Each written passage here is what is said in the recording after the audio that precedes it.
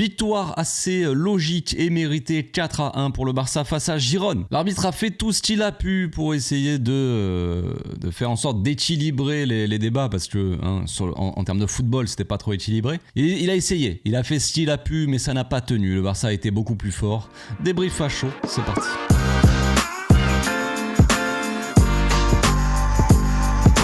Au passage, n'hésite pas à nous rejoindre si c'est pas encore fait et à partager la chaîne autour de toi, ça fera plaisir à tonton. Encore une victoire pour l'équipe d'Hansi Flick. Il y a un gros travail effectué quand même, il y a un sacré taf cette saison. On enchaîne les matchs, on enchaîne les victoires, on enchaîne les gros scores aussi. On prend pas beaucoup de buts là, il y a eu un petit doute à un moment donné, il a duré peut-être 2-3 minutes où on s'est dit oh, qu'est-ce qui se passe? Est-ce qu'on va faire match nul? Bon, le doute n'a pas eu le temps de s'installer disons. Et le Barça est allé chercher la victoire en fin de match, accélérer un petit peu le rythme parce que on sentait quand même que cette équipe, il y avait la volonté quand même de s'économiser un petit peu peut-être, d'essayer de garder un petit peu ses forces pour les prochains matchs. Il va y avoir l'Atlético Madrid que tout le monde a en tête là, le match que tout le monde a en tête en ce moment. Évidemment, on joue ça mercredi, Coupe d'Espagne, match retour, donc il faut absolument gagner ce match-là à l'extérieur contre l'Atlético. Ça risque d'être un petit peu plus difficile, enfin disons que le bus de l'Atlético devrait être un peu plus difficile à passer que ce bus-là de Girone, mais voilà, c'était une sorte de petit entraînement aussi. Donc le Barça, voilà, était largement au-dessus quand même, grosse domination de l'équipe sur la plupart pendant le match, pendant quasiment tout le match. Il y a eu quelques moments où oui, Girone a été un petit peu potentiellement dangereux, mais c'était quand même assez léger. Le Barça s'est vraiment installé sa domination dans le camp adverse, et c'était de l'attaque-défense, quoi. Et encore, oui, c'était de l'attaque-défense parce qu'en face, ils avaient même pas le temps de faire un contre, qu'il y avait quand même un très bon contre-pressing de la part du Barça qui évitait tout potentielle action dangereuse, on va dire, de Girone, surtout en première mi-temps. Ça a donné un petit peu une sorte de faux rythme aussi dans ce match où on avait le Barça qui était tellement au-dessus, qui s'est mis peut-être à un petit peu ralentir, à jouer sans vouloir aller trop marquer de but, disons, mais vraiment garder un petit peu ce résultat et se dire bon bah voilà, on va gagner, on va gérer le match. Mais gérer le match à 1-0, c'est un peu risqué évidemment. Girone peut, et visiblement ça a été le cas, peuvent aussi marquer, ils ont le droit. donc voilà, ça a donné un petit moment de doute, mais après quand on a vu le Barça un peu accélérer en fin de match, se sortir un petit peu les doigts, et bien là voilà, ça a donné 4-1 et un résultat assez clair et net. Donc au début du match quand même, on est parti avec un 11 assez remanié. Flick a fait des choix, il y a eu cette volonté de faire quelques rotations, faire souffler certains joueurs. On regrette peut-être pendant le match de pas avoir vu par exemple un Lamine Yamal ou un Koundé souffler, un Pedri qui est sorti peut-être à 5-10 minutes de la fin. On aurait espéré les voir peut-être souffler un petit peu plus. Moi, s'il y avait eu 3 joueurs vraiment à faire sortir en priorité, ça aurait été Koundé, Pedri, Lamine, et il n'y a que Pedri qui est sorti juste avant la fin du match, qui a été remplacé par Pablo Torre. Donc en soi, voilà, je trouve ça un peu, je sais pas, un peu risqué peut-être, disons. Après, comme on l'a dit, hein, je le dis souvent, mais on connaît pas vraiment la forme des joueurs, on les a pas sous nos yeux à l'entraînement. Si le staff technique et le coach pensent que les joueurs n'ont pas forcément besoin de souffler, j'imagine qu'ils ont des infos quand même qui vont dans ce sens-là. S'ils savent, ils voient qu'il y a un joueur qui est complètement cramé à l'entraînement, machin, généralement il va soit se reposer, soit il va pas jouer quand même tout le match, tu vois. Donc il y a cette connaissance-là de la part du staff technique, j'imagine, ça serait logique. Ils vont pas prendre des risques inconsidérés, juste pour un match contre Girone où tu sais que normalement tu es largement supérieur à cette équipe. Mais enfin bref, il y a quand même eu une rotation de base, Rafinha qui n'a pas joué une seule minute, Koubarsi aussi qui a joué un petit peu en fin de match, qui a remplacé Inigo qui avait joué déjà là, qui a été blessé récemment, je pense, peut-être. On sait pas trop, mais bon bref. Donc là, il a été mis un petit peu au repos, il a été remplacé par Koubarsi qui a pu reprendre un petit peu du temps de jeu, reprendre un petit peu de rythme avant le match contre l'Atlético, là où il devrait être titulaire, je pense quand même. Baldé aussi qui a été mis au repos au début du match, Gérard Martin qui a pris sa place, qui a fait un match correct, voilà.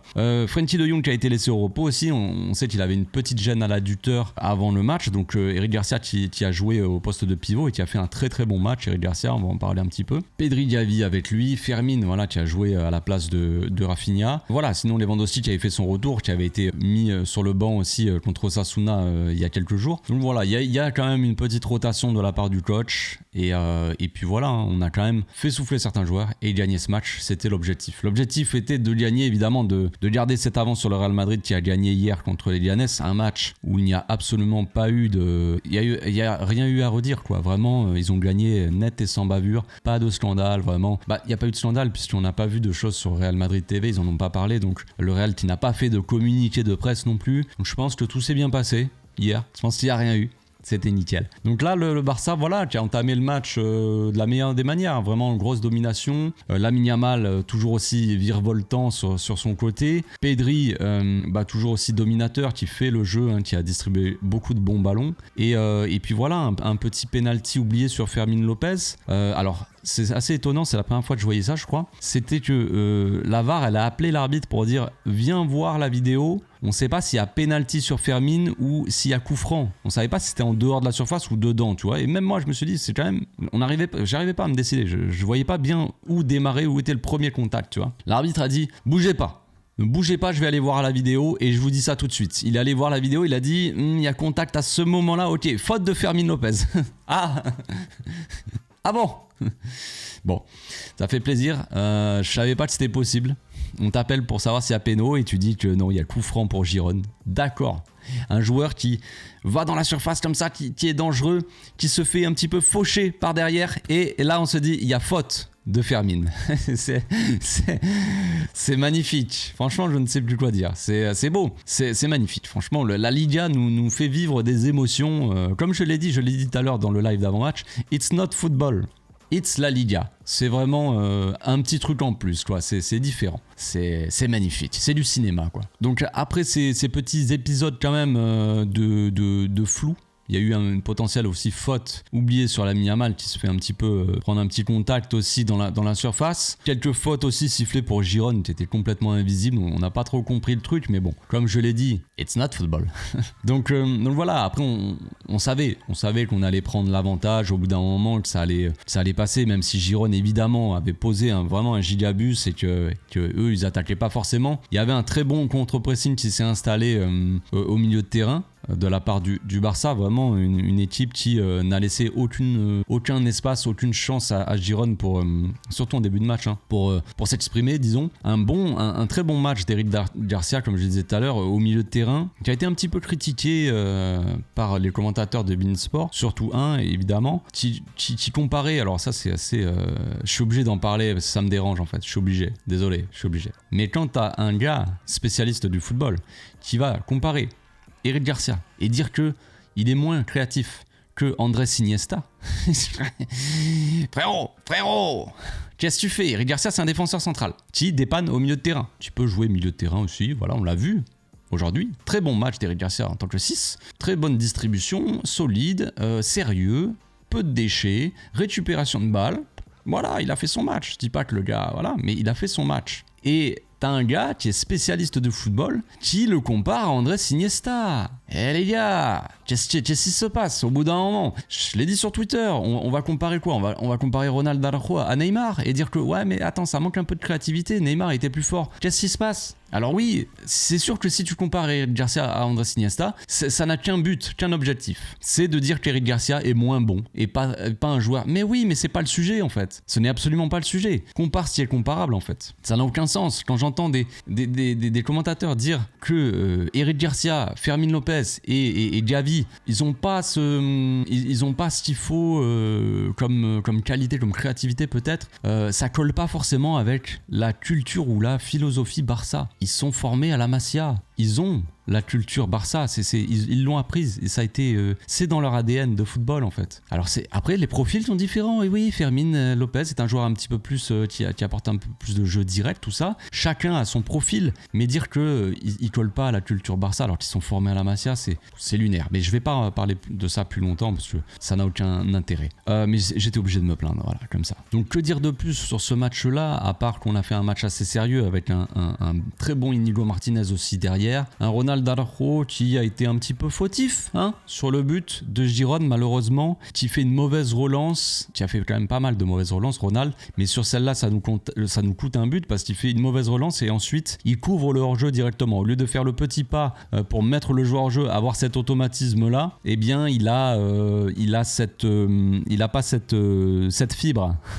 Il a pas la fibre. Il a pas cette réactivité pour se dire hop là je vais le mettre hors jeu, je vais être connecté. Non, le temps qu'il assimile qu'il a perdu la balle et qu'il est là un peu qu'est-ce que je fais, tu vois, il est concentré sur le jeu en fait et non pas son placement et tu vois. Donc il y a ce petit truc là qui fait que ça nous a coûté le but. C'est pas dangereux contre Giron, ça pourrait être dangereux contre d'autres équipes qui sont un peu plus fortes. Attention Ronald, il faut quand même être un petit peu plus connecté à ce qui se passe autour de toi. Et puis après pour les relances, bon c'est comme ça, on sait que Ronald il a pas la qualité de relance, qualité au pied d'un Koumarsi ou d'un Inigo Martinez par exemple à côté de lui. C'est bien aussi de prendre des risques dans les relances, il faut qu'il apprenne à faire ça et qu'il s'améliore là-dedans. Donc ça à la limite je vais pas le critiquer, mais bon ça nous coûte un but quand même, c'est assez dommage, mais pas très grave finalement sur le résultat de toute façon. Sinon après des joueurs qui ont été un petit peu en dessous, je dirais que malgré le doublé de Lewandowski qui garde sa place de Pichichi, pendant tout le match, avant son premier but en fait, on n'a pas forcément trop vu. Alors il a fait quelques déviations, si je dois souligner des choses positives, il a fait quelques petites déviations qui étaient assez sympas. À un moment de la poitrine ou de l'épaule là, elle arrive, il fait un petit